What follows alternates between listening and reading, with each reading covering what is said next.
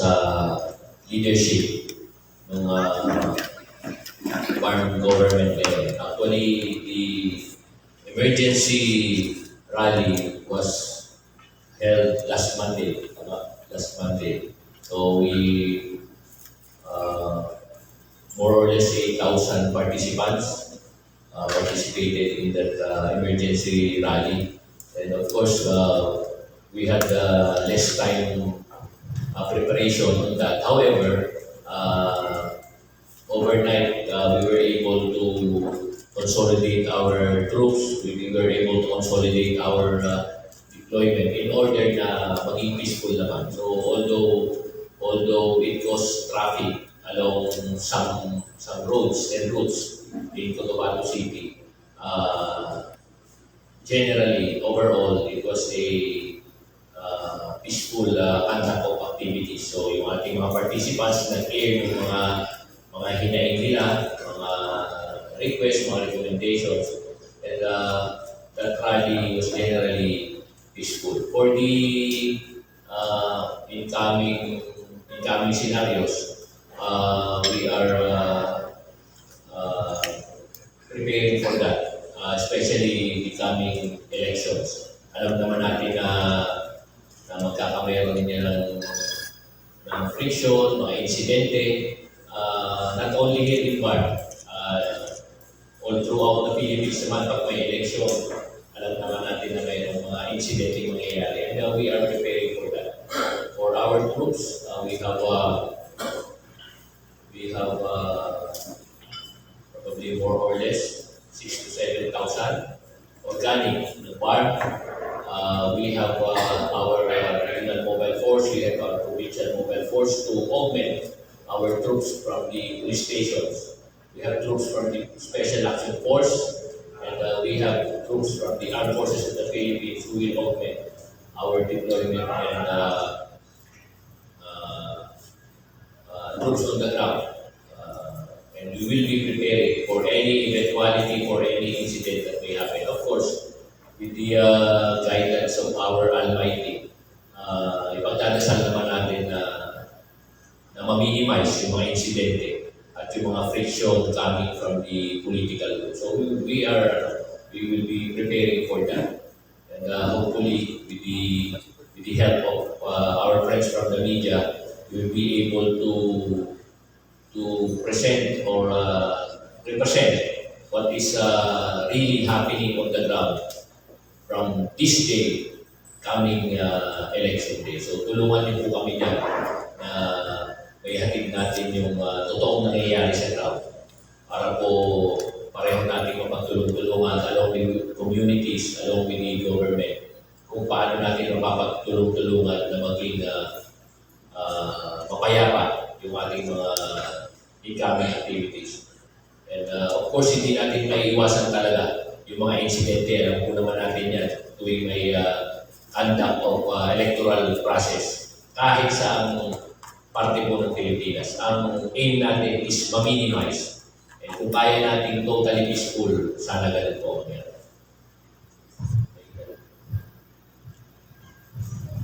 Thank you very much, sir.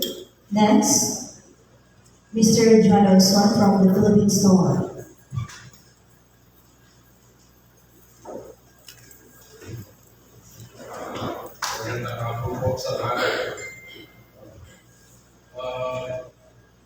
I'll tell you more about myself, sir. I've been covering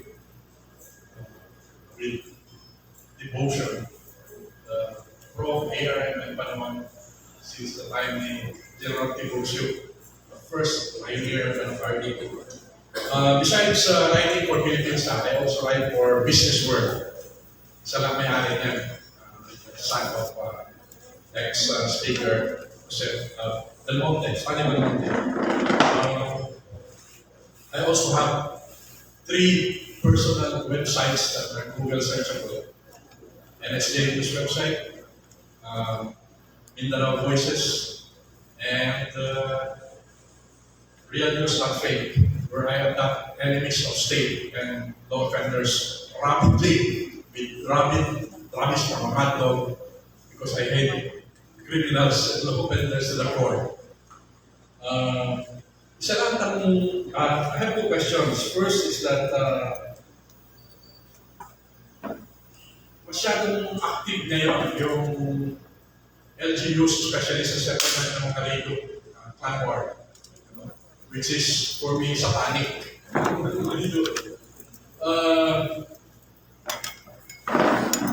What can you say about LGU officials na masikasi, especially sa collection, negotiation, backdoor talks for surrender of those firearms? Do you have a message for these LGU officials? Yes, sir. Kailangan natin ng tulong ng ating mga LGU officials. Although, alam po naman natin paano pa tamang term na gagamitin natin. Culture. PCR na naman. Talagang hanggang ngayon po, simula pa nung unang panahon hanggang ngayon, we are in 2020s.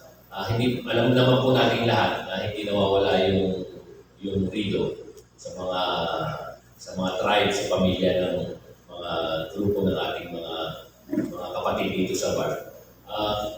Maganda po yung ginagawa ng LGU officials natin na tumutulong sa pag-aayos o pag-settle ng ating mga grupo at pamilya na may mga hidwaan pa.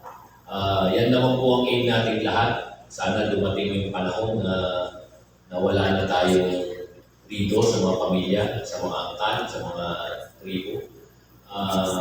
Actually, meron po akong na-meet ng mga mayors, 4 na mayor, nagkukwento po sila last Sunday na dati magkakalaban nga yung sila sa politika they united para po sa pamayanan nila.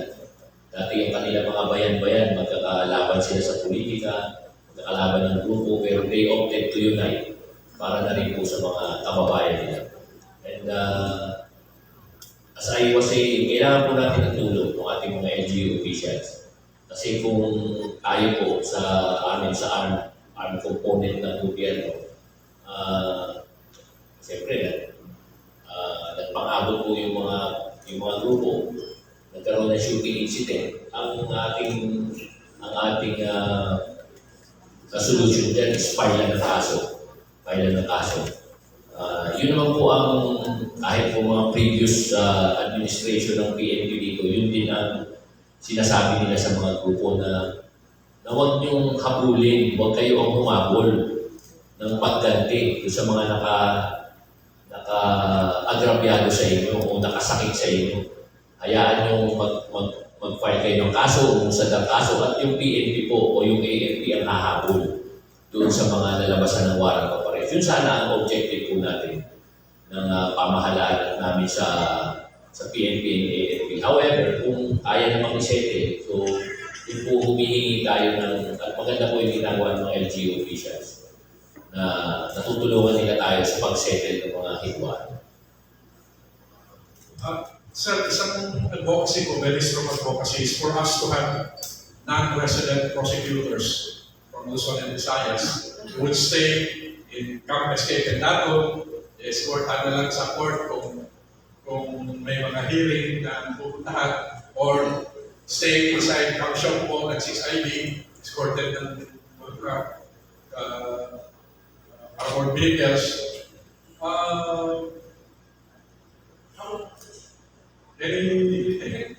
Any statement about yung actually hindi lang ako, meron lang ilang mga reporters kayo ng mga junior sa akin. Yun din na ako sinasama magkaroon tayo ng special prosecutors who are not residents of the farm. Actually, yung mga prosecutors naman po natin, I have met some of them a week ago. Kumpiyansa naman po tayo na yung mga prosecutors natin dito, ginagawa nila yung trabaho nila. Tinutulungan nila yung ating mga kapulisan. Kahit nga po minsan may mga lapses yung ating mga investigador. Alam naman natin yan, minsan may mga kulang ng dokumento, may lapses tayo sa ating mga investigador, kaya minsan nadi-dismiss sa prosecution pa lang. Pero yung ating pong mga prosecutors dito, nag-commit naman sila na magtutulungan po kami para po sa tama at maayos na filing ng mga kaso. Pero doon po sa inyong suggestions, we will look po into that. Siguro, we will be making representation sa higher headquarters namin at maging sa DOJ to consider po yung inyong recommendation. Thank you very much, sir. By the way, secretary din po ako ng Regional Advisory Group for a long time now. And when I left sa bahay, my nurse son, rescue nurse sa UAE na matagal, told me, ayan pa, i-relay mo lang kay Pang Harvey. Nasa city disaster siya kay Cruz Magpalo. Kasi he has the specialization na wound, bleeding, control, as trained by British Marines. Yeah, free lang, I can help sa akin. Salamat po sa aking team support po, sir. Thank you, Ako, sir. gusto mag-pulis ng anak niyo. Thank you, sir. Moving on, we may call on Sir Jojo Gonzalez Panicua from Verde Vista, Bangsamoro.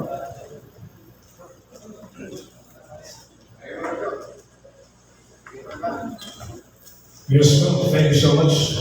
And we have the officers, sir, magandang hapon.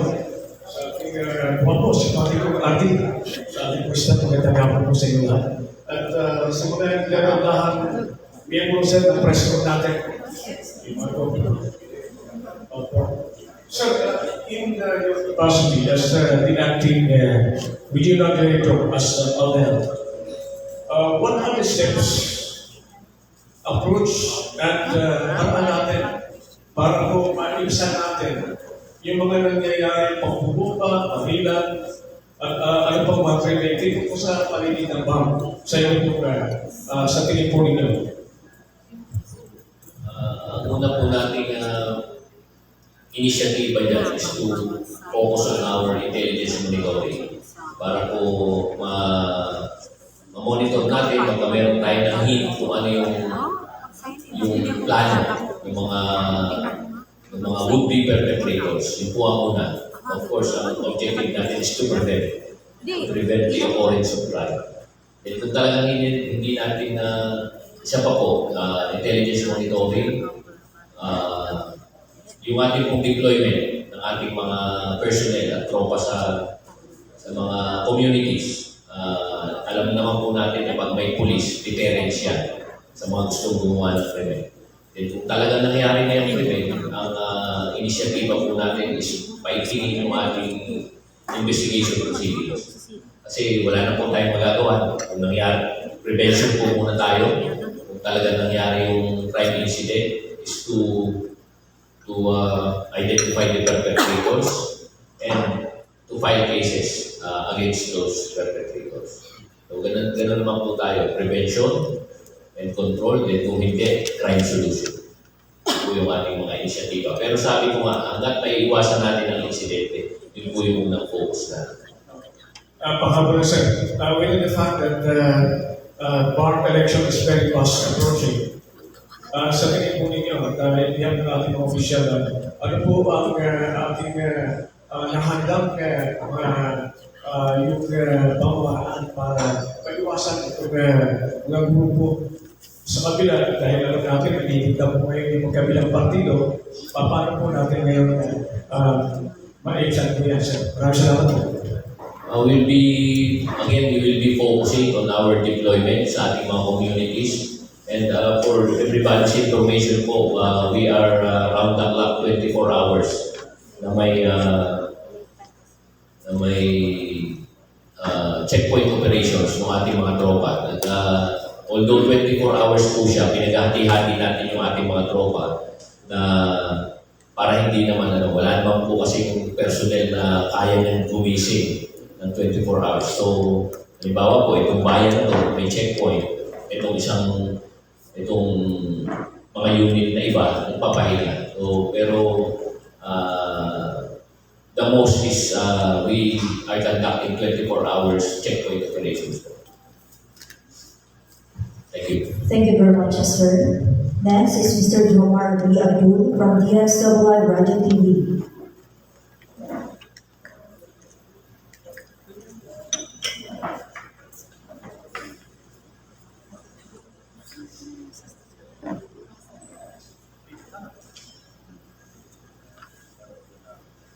Yes sir, tanong ko lang po, dahil kamakailan ay malami po tayo nakakahuli ng mga smuggled cigarettes sir. May nagtatanong po, focusing daw po natin is smuggled cigarette. How about drugs daw sir?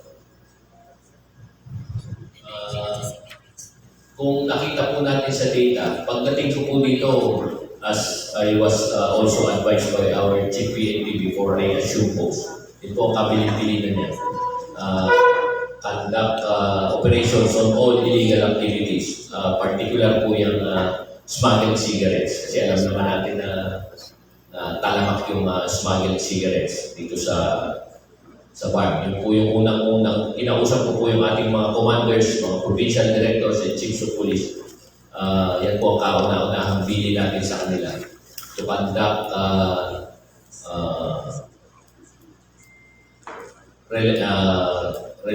relentless operations on smuggled cigarettes, including all illegal activities, lalo na po on drugs. Sa data po, weekly meron kaming monitoring. Then every week, hindi naman po tayo nawawalan ng mga accomplishments on illegal drugs. Kasi alam naman natin na yung droga is ugat siya ng maraming krimen na nangyayari. Although little by little, meron tayong mga huli sa ating mga drug pushers and small amounts of illegal drugs. Ang tinututukan po natin yan, saan nanggagaling ito? Saan nanggagaling? Kasi gusto naman po natin makahuli tayo ng volume naman. Kasi hanggat hindi natin napigilan yung delivery, yung volume ng dating ng illegal drugs, wala makakapag-distribute. Tuloy-tuloy naman po yung natin, yung operation. Laban, hindi lang po drugs, laban sa lahat ng illegal activities. Thank you, sir. We will now call in Sir Joseph Delmar of Periodista Publications.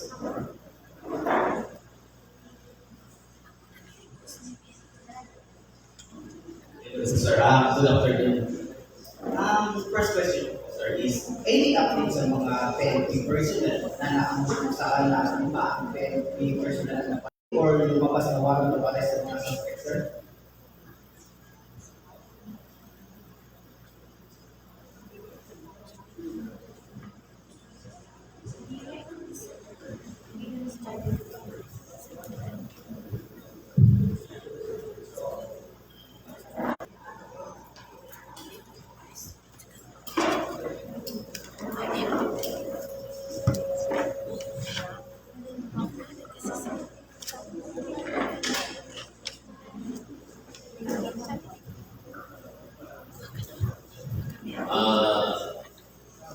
I am consulting po sa kanila kasi para hindi kami magkamali na sasabihin. Sabi ko nga po kanina, may kausap kaming mga prosecutor and sila po yung tumulong sa amin para sa pagpa-file ng kaso.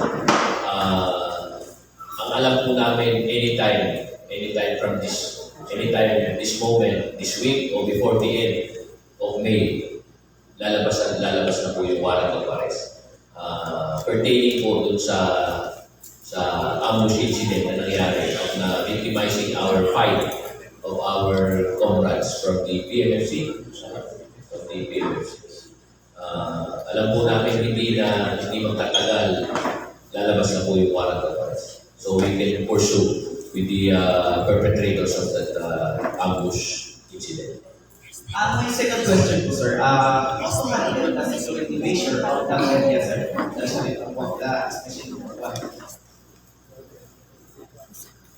Meron tayong ginanap na conference headed by our DRDO and our DRDA.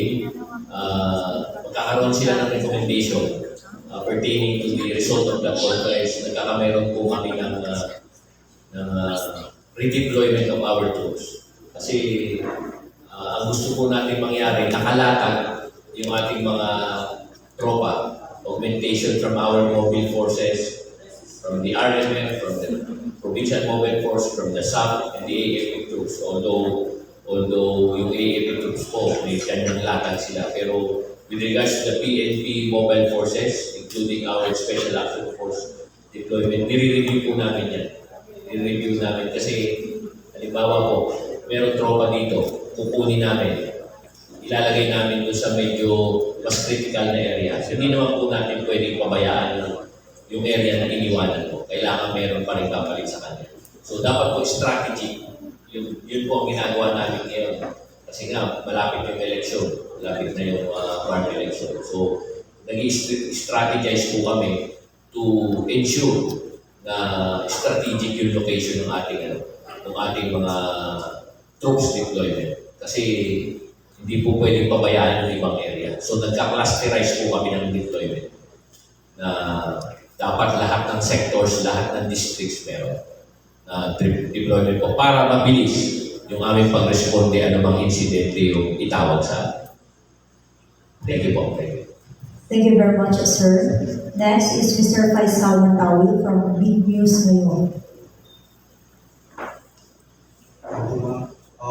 Good afternoon, sir. Sa ating RT, kababayan sa Lipa City, yung aming studio sa main office sa Lipa City, Batangas. So, ilan po sa akin lahat. My question, sir, is, kumusta po sa ating talaan itong may kinalaman sa intelligence in hotspot mapping of networks sa mga trade assessment at yung intelligence gathering tinutukoy po ng PEP ang mga particular na may rate category or na plus point na lugar. Kumusta po? Thank you.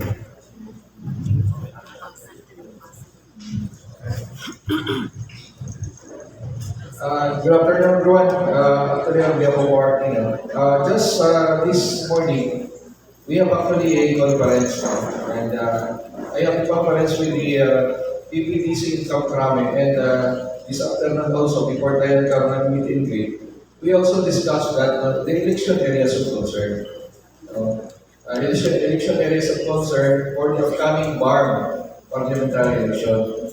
And as of this time, initially, nag-conduct na po at pinaka-activate na po natin ng JACC natin from the municipal going to the provincial level. Ito yung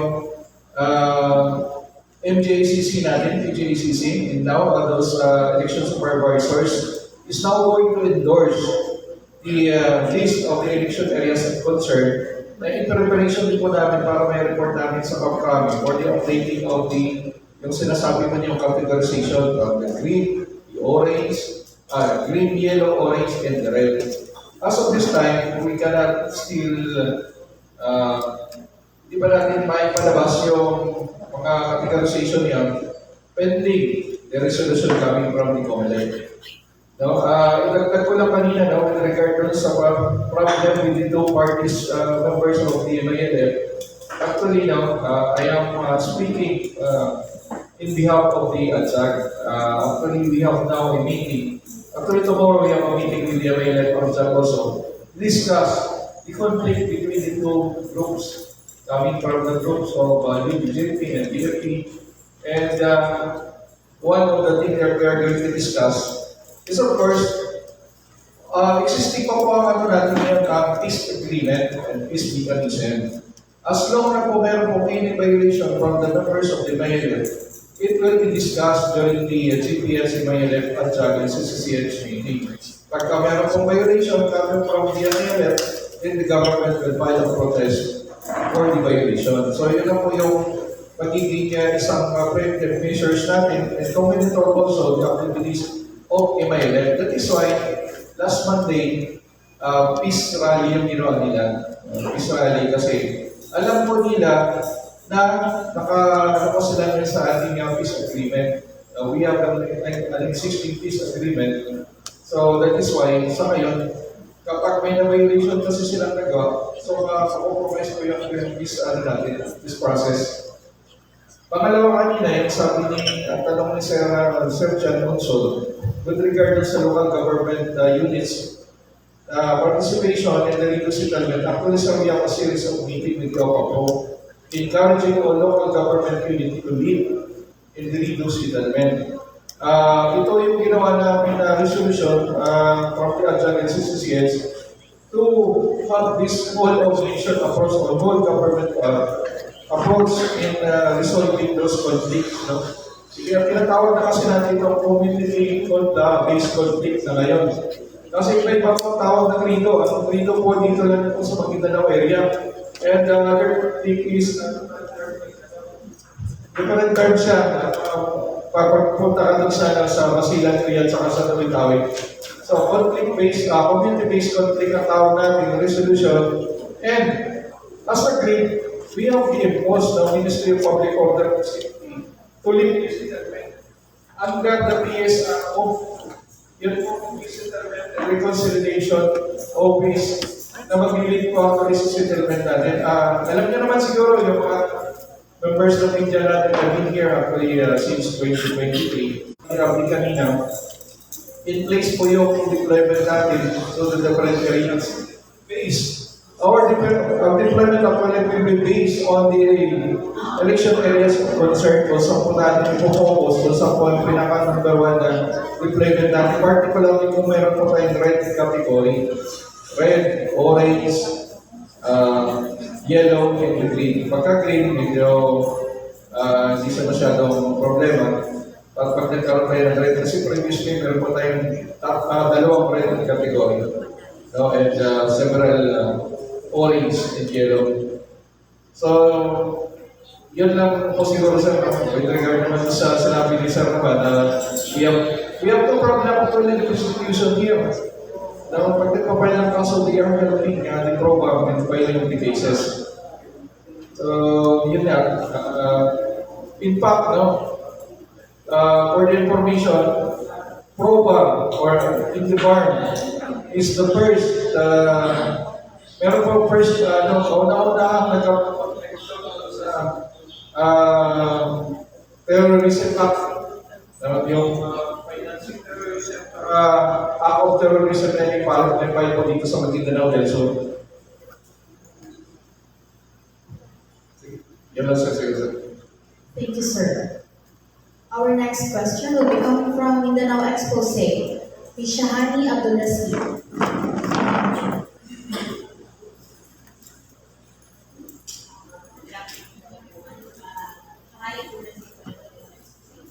Sir, base po sa monitoring, habang makalapit na po yung first parliamentary elections, ano po yung nakikita ng biggest challenge? O di kaya masasabi natin na threats sa security, peace and order habang makalapit na yung election? Is it real ba? Or yung mga bugs? Or yung proliferation of arms? And then, how are you going to take it? Yun nga ma'am, lahat ng binanggit nyo, challenge na natin lahat namin sa PNP and maging sa AFP na rin. Una-una, alam natin na may mga armed groups, pwede silang gumawa ng gulo para i-hamper yung safe and peaceful conduct ng ating electoral process. So, kaya po natin ine-expedite yung pagpa-file ng mga kaso laban sa kanila. Nire-review namin kung anong mga warrant of arrest meron sila to pursue them. Kasi kung nandyan sila, nakakalaya, pwede talaga silang gumawa ng manggulo. Para lang manggulo. And to para hindi maging maganda yung kalabasan ng objective natin na peaceful election. Yung mga political groups, alam naman natin na may mga hindi magkakasundo ng political groups. Isa rin po yan. Maaaring yung hierarchy ng political groups, kontrolado nila. Pero yung mga supporters, yan, babantayan po natin yan. Alam naman natin na ang pinagsisimulan ng gulo is yung mga supporters minsan na hindi nakakapagpigil na dahil sa kaigtingan ng kanilang damdamin na suportahan ng kanilang mga candidates, doon po nagsisimula. So, nasa grassroots, yung isang challenge natin. So, kaya kailangan po natin ng maigting na deployment para maiwasan yung mga hindi magandang mangyayari with the mangyayaring kaguluhan doon po sa mga supporters. Doon po ayan kasi hindi naman mag-aaway-aaway yung ating mga top level na mga kandidato o mga politicians. Yung po mga supporters, dyan magsisimula yung hindi magandang hidwaan o pagtutunggalin. So yun po ang babantayan natin. So challenge po, armed group, firearms. Kahapon po galing kami ng Lanao, isang magandang yun. Kaya galing po doon si Secretary Amel Sarmiento. Kung nakita niyo po naman siguro sa news kung gaano kadami yung hindi ko po ina-expect na ganun kadami yung firearms na na-surrender doon. So isang maganda po siyang practice.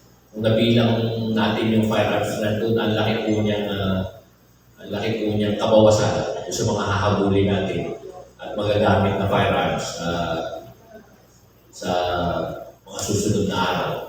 So yun po, yun ang tututukan natin. Firearms, tama yung sinabi ni Ma'am na challenge. Firearms, armed groups, warring political groups. So yun po yung babantayan natin. Alam na po, regarding sa issues. One of the major issues ngayon na ina-raise ng mga bangsa dito is yung masasabi natin na mabagal na implementation of governance agreement with the Basel, which is yung normalization, and part of it is yung integration program na MIL at MNL into PNP. Maybe know po kung ano na po yung status ng programa ngayon at kailan po magbukas yung for the next batch, and then yung sa mga training po, ano na po yung status. Okay, ang pinapakita ko RRD actually for the information of everybody, chairman din po ako ng ADJAC. Actually, I was designated as the chairman of ADJAC by the OPAPRO. Dito po, hindi lang dito sa Farm, but the other regions.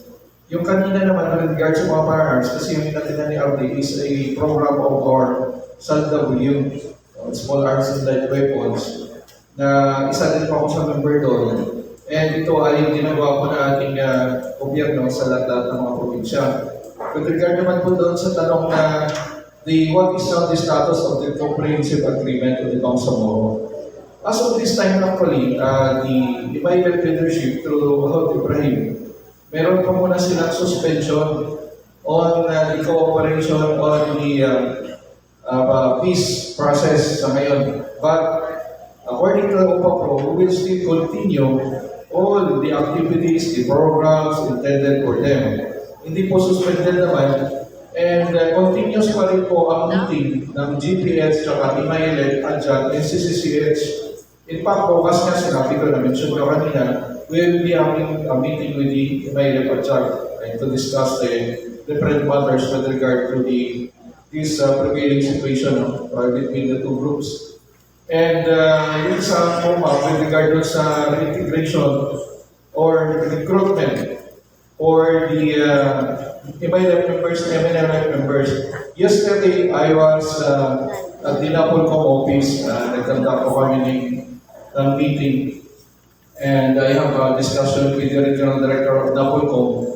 And last May 13, ay nagkaroon po ng meeting ang ating regional recruitment. And also chaired by our PDCA and ang Napolcom po natin to discuss the recruitment. And accordingly, the National Headquarters is now going to send the memo to us for comment with regard to sa request ng ating bar government for the quota of MIL for this year. So initially, as per advice by NAPOLCOM, sabi ay anytime bababa yung memo from Krame and from NAPOLCOM to start the processing of the recruitment. At ang nare-resolve lang doon because we were given a quota of 117 attrition quota and regular quota for 250. Supposedly, this will be for the regular applicant. But because of the request of the Barb government, this 117 will be given to Imayelem. And the 250 will be for the regular quota. So, wala pa naman kong official document, but this is just an advance information. And also as chairman of the Regional Selection Committee dito sa program, yun lang po yung ibigay sa atin na information coming from the NAPOLCOM. And tuloy-tuloy po kasi ang worry kasi ng Barb government, you were only given up to next year, 2027, na magkaroon po na reintegration na sinabi po niyo o recruitment from the island. That is why gusto po nila magkaroon sila ng slot or quota for this year. So I hope po na nasagot kayo sa tanong. Thank you, sir. Thank you, sir. For our last two questions, we now call on Jolie De La Cruz from Bandera News.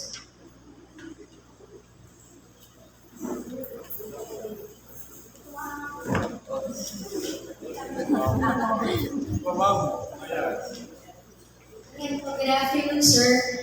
Natanong na lahat ng tanong na dapat itanong, pero hindi natanong kanina po yung nagbanggit ko na yung mag-augment kayo, pero ilan augmentation po ang mangyayari, especially sa Cotabato City po? Ilan po yung i-aano na po? Yes po, para sa kaunahan ng Bar Parliamentary Elections. As per discussion, I tried something na lang sa DO. Initially, we requested 2,000 personnel coming from the different PROs. Ito rin yung Mindanao Wales from Region 9, 10, 11, 12, 13. And we have also augmentation coming from the Special Action Force, which is 120. And from the EOD, Maritime Group, other national support units with a total of more or less 3,184, if I am right with the exact number. So we are requesting for 3,000 plus augmentation from the PNP personnel. Yun lang po yung sa PNP personnel kasi yun po yung pag-fill up sa 9,775 po namin na requirement for the deployment around BAR during the conduct of BAR parliamentary election. And the program can only provide 6,000 plus personnel. That is why we are requesting for a total of 3,000. The picture actually sir, but 3,000 plus augmentation. But for the PROs, Mindanao based 2,000 po. And the rest will be coming from the other units, particularly from the Special Action Force, Maritime Group, and EOD, and other support units.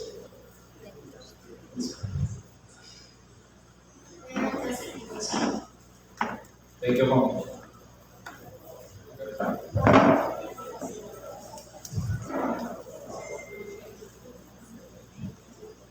Good afternoon, everyone. So parang naitanong na lahat, no, related to the first BAR parliamentary election.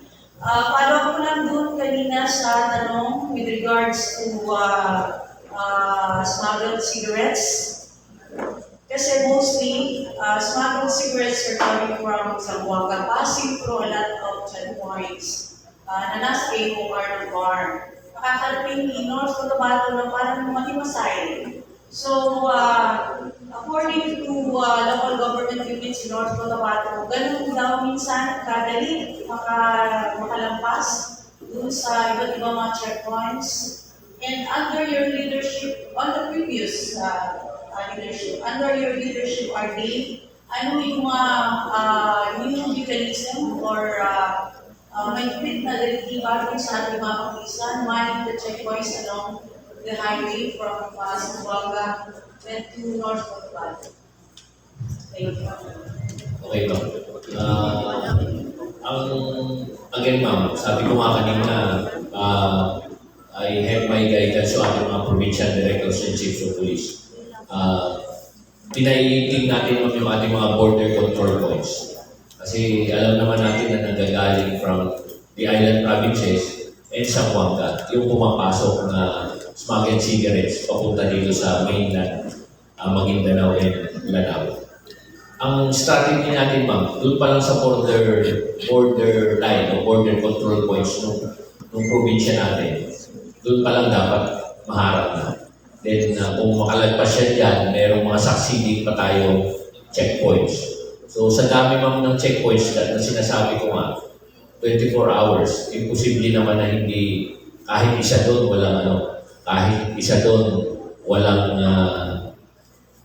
walang maka-check o maka-identify kung alin mga sasakyan ma'am. Of course, concealed po yan. Concealed. Yung mga tracking o yung mga delivery vehicles na meron naman silang legal na negosyo pero nag-iipit ng mga smuggled cigarette. Alam na po natin yan Alam na natin yung mga modus nila o strategy nila. So, yun po ang hinahanapan natin ng paraan. Although alam din naman ng mga gumagawa niyan kung paano namin sila sinecheck. So, yun po yung pinaiting natin. Border control points and all the checkpoints na pagdadaanan. Yung iba siguro nakakalusot kasi may mga lapses din tayo sa pag-check. And hindi rin natin inaalis na may mga cohorts. Alam naman natin yan, may mga cohorts sa mga yan.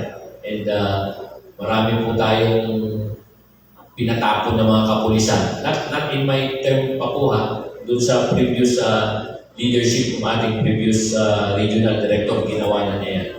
Na yung mga cohorts, kinasuhan, pinagtatanggal. Actually, yung huli po nating nahuli is police ng Region 9. Police ng Region 9. Yung siguro a week ago, police pa po siya ng Region 9. Na siya mismo yung may dala. So hindi naman po natin tinotolerate sa Philippine National Police yung mga naliligaw ng landas na ganyan. So yun lang yung ating pinaiting. Border control points and all checkpoints. Mahigpit po ang tagubili natin sa mga PDs, chiefs of police and all unit commanders natin na smuggling, particularly smuggling of cigarette is a no-no. Hindi po tayo pwedeng may compromise dyan. Thank you, sir. Sir, walang space ng provincial director natin sa pitong provincia. Last week po, nagkameron tayo ng turnover of command ng Tawi-Tawi PPO. Yun naman po is hindi yun dahil sa cost, dahil yung ating pong previous provincial director ay mahigit ng 2 years. Kasi sa command po, any command, PPO and all units of command, kapag nakadalawang taon na po, talagang nagkakameron na tayo ng transition para mapagbigyan naman po o magkameron din ng career advancement yung iba nating mga career officers. So yun po yung latest. But for the ibang PPOs, wala po tayo katulad po ni Maguindanao del Norte, endorse pa lang po ni Governor para siya po yung pinili. So, parang ilang buwan na si Norte? 4 months? 4 months pa lang. So, yun pa lang po yung naging transition natin, yung Tawi-Tawi. Thank you, sir. For our next and last question, will be coming from the XMY RMN News, Sir Ebs Alam. Sir. Magandang hapon po, interrelated po ito sa wala pa kasi that time siya na si RD. Yung nangyari DC sa Tawi-Tawi, basilan ba yun yung sa pilit ng RFP 14T? Ano na po yung update po, sir? Iwan po sa lahat ng official na nandito. Yun po yung first question. Ito po nung ating chief investigator.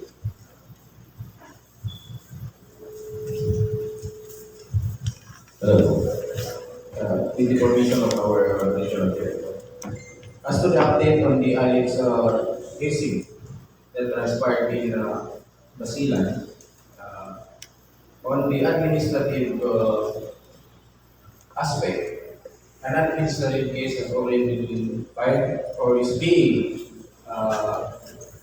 the investigation is being conducted by the Nabokong Farm. They are the one who are in charge of the administrative. While for the criminal, an information has already endorsed with the Office of the Prosecutor in Basilan and is under preliminary investigation. So, gumugulong na po yung mga kaso nila. That's the update of the said Alex Casey. Thank you very much, sir. Last na lang po, since last na rin po, wanted ngayon ng dating Chief PNP, General Bato de la Rosa. Kung sakasakali mong mapadpal dito sa bar, ano yung gagawin?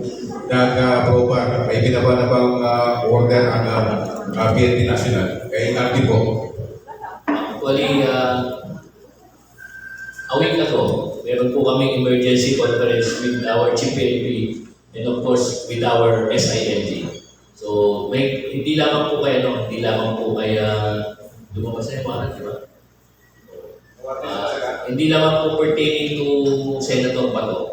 Lahat po ng wanted person, yung mga hinahanap natin, alam naman po natin kung sino-sino yung mahigpit po yung tagumili na pag may warrant of arrest, wala po tayong magagawa doon kahit sino pa siya, former Chief PNP, former,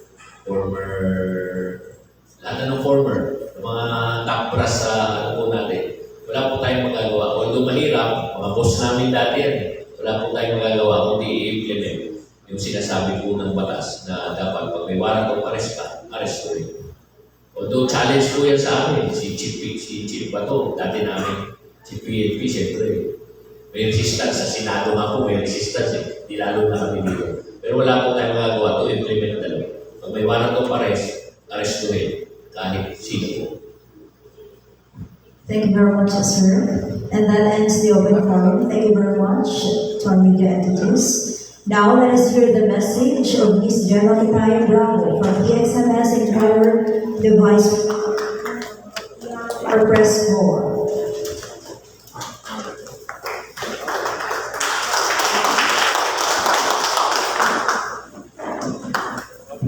Again, good afternoon in the absence of President, the Vice President, automatic takes over.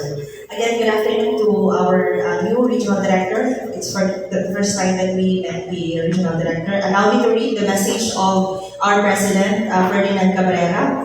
For distinguished guests, my esteemed colleagues in the media and fellow truth tellers of the Barn Press Corps, blessed day to all of us. First, please allow me to extend my sincerest apologies for not being able to join physically today for an out-of-the-country schooling related to media work. Though I cannot be there in person, my heart and mind and my full solidarity are with all of you in this room.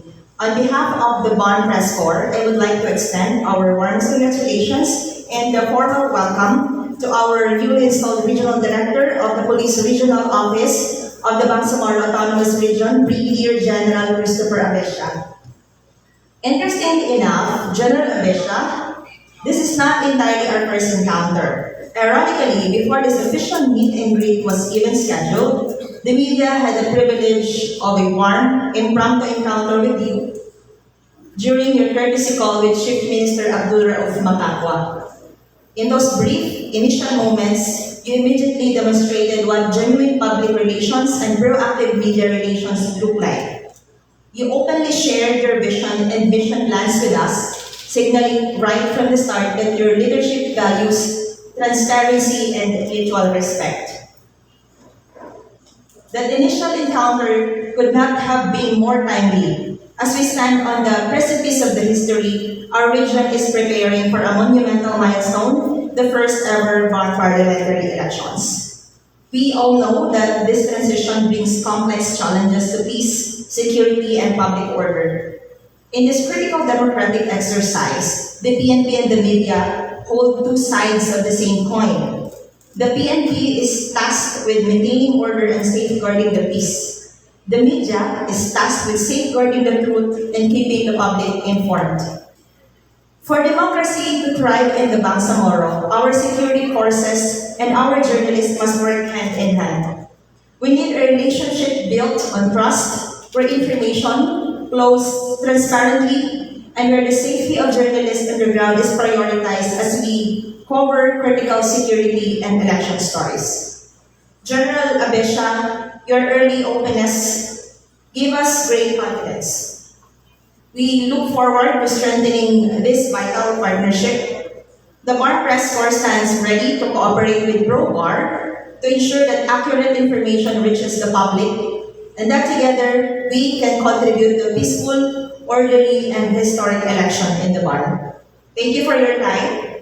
Thank you for your commitment to the Bangsamoro, and we look forward to a fruitful collaboration ahead. Ikaw salamat, mabuhay, God bless. Ferdinand Cabrera, President.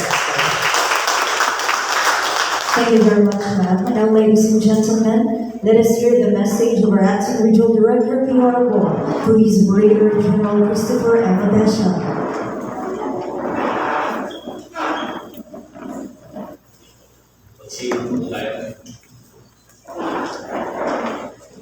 Sa members ng ating command group who were introduced earlier, sa ating mga kaibigan from the media, sa inyong lahat, isang magandang hapon po. Napaka-exciting po itong aking prepared message. So, before reading my prepared message, sana po, huwag niyo akong ma-misinterpret. Maalam po akong suplado, actually mahihayin po. Binanggit ko na rin sa mga personnel. Maalam po ako, hindi pala hindi. Siguro, ang impression nyo, suplado naman yung bagong RD. Hindi po, actually mahihayin po. Nabanggit ni ma'am sa message niya kanina, openness. Magiging open po ako sa inyo. Actually, nung junior years ko, sikat din po ako sa media kasi pag tinyente ka, kapitan ka, major ka, agresibo ka, mahilig kang manghuli. Mahilig kang manghuli. Matagal po ako sa Mimaropa, sa region ko. Actually sa Oriental Mindoro, and napaka-active ko yung media doon. May mga kaibigan akong media, may mga media na iniiwasan ko. Kasi ang conception namin sa media doon, kaya naman yung mga media, mamumulit na naman sila, maghahanap ng balita. So, sabi niyo po, kaya dapat open tayo. Yun po yung perception na nasa isip ko nung junior days ko. Yung mga kaibigan akong media, minsan sila lang yung ina-entertain ko, yung mga makukulit na media, iniiwasan ko. Pero hindi po pala dapat gano'n. Na lalo na nung naging third level officers kami, dapat kaibigan silang lahat. So sabi nga ni ma'am, nung encounter pa lang natin sa BGC, nakita nyo na yung openness ko sa inyo. So sana po, ganun yung maging relationship natin. Nakita niyo po yung aking command group, yung mga staff officers. Magkukumit po kami sa inyo na yung full and full force ng PRO Bar is kinukumit namin para po sa ating aim and objective na lasting peace dito sa full region ng Bar. So pagtulong-tulungan po natin yan. Pagtulong-tulungan po natin. Sana po, and hopefully, we are looking forward sa smooth na working relationship with the PNP and mga kaibigan po natin sa media. Magtulong-tulungan po natin ito. Na sana po ay makapaghatid tayo dun sa ating relationship ng responsable, tama, and timely na pahayag o balita para po sa ating community at para sa ating mga kababayan. Wala po tayong itatago. Lahat po ng sabi ko nga responsable, timely at tamang report o balita ay pagtulong-tulungan po natin na maipahayag natin sa ating mga komunidad para alam po nila na may ginagawa tayo, na tayo ay nagtatrabaho, na tayo ay may mga plano para po sa ating mga komunidad. Isa naman po ang layunin natin, yung kapayapaan at kaunlaran ng ating mga mga communities. So, sa inyo pong lahat, magandang hapon po muli. Una sa lahat, maraming salamat po sa inyong pagdalo ngayong araw. Ang pagkakataon nito ay mahalaga hindi lamang bilang isang pagtitipon, kundi bilang pagpapatibay ng magandang samahan sa pagitan ng PRO Bar at ng media community. Huwag po natin ituring tayo mga kaibigan lang. Ang turingan po namin sa PRO Bar, kami ay isang pamilya. So, simula po sa araw na ito, sana ang PNP at yung ating mga kaibigan sa media ay isang pamilya po tayo. The Police Regional Office Bangsamoro Autonomous Region recognized the important role of the media in keeping the public informed. Through responsible and timely reporting, communities become more aware and engaged in matters that affect peace, security, and public welfare. Sa panig naman po ng Philippine National Police, nananatili kaming tapat sa aming mandato na panatilihin ang kapayapaan at kaayusan, protektahan ang buhay at ari-arian, at palakasin ang tiwala ng mamamayan sa ating hanay. While our responsibilities may differ, we share one common purpose: to serve the people. As law enforcers, we work to maintain peace and security. As members of the media, you help promote truth and public awareness. Through cooperation and open communication, mas mapapalapit natin ang serbisyo ng pamahalaan sa mga mamamayan. In the Bangsamoro region, where peace building and unity remain essential, malaking bahagi ang ginagampanan ng responsable at balanseng pagbabalita. Your work helps strengthen understanding between the police and the communities we serve. As the Acting Regional Director of PRO Bar, I look forward to maintaining a professional and healthy relationship with all our media partners, founded on mutual respect, trust, and cooperation. Sabi ko nga po dito, sabi ang guidance po sa aming mga personnel, kailangan po natin ng disiplina, kortesiya, at respeto. Kami po sa PRO Bar ay bukas sa maayos na pakikipag-ugnayan at dialogo sa inyong lahat. Anytime po. Kayo ang aming mga katuwang sa pagsulong ng kapayapaan at kaayusan sa rehiyon ng Bangsamoro. Muli po, magandang hapon. Maraming salamat sa inyong suporta at patuloy na pakipagtulong. Kami po ay umaasa at sabi ko nga sa inyo, magkakameron tayo ng maayos na working relationship between the PNP and our media partners. Nawa po ay patuloy tayong magpalain ng buong may kapal at sa tuwina, piliin natin maging mabuting tao. Maraming po salamat. Thank you very much, sir.